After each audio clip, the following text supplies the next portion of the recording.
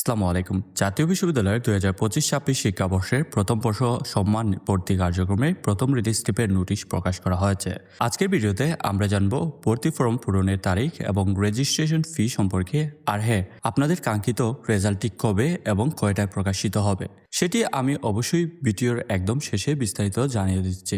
প্রথমেই কথা বলা যাক ভর্তি ফর্ম পূরণ নিয়ে।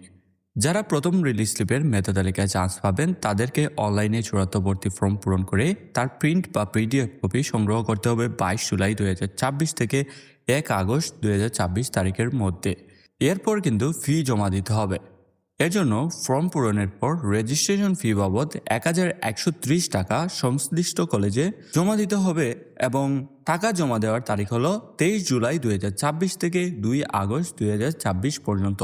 এখানে একটা জরুরি বিষয় জানতে হবে।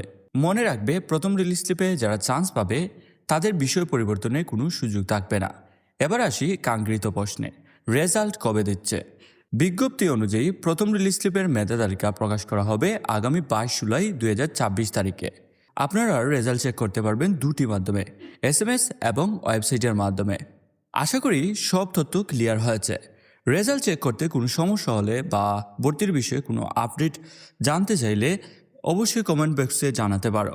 আর অবশ্যই চ্যানেলটি সাবস্ক্রাইব করে রাখুন। সবার জন্য শুভকামনা। আল্লাহ হাফিজ।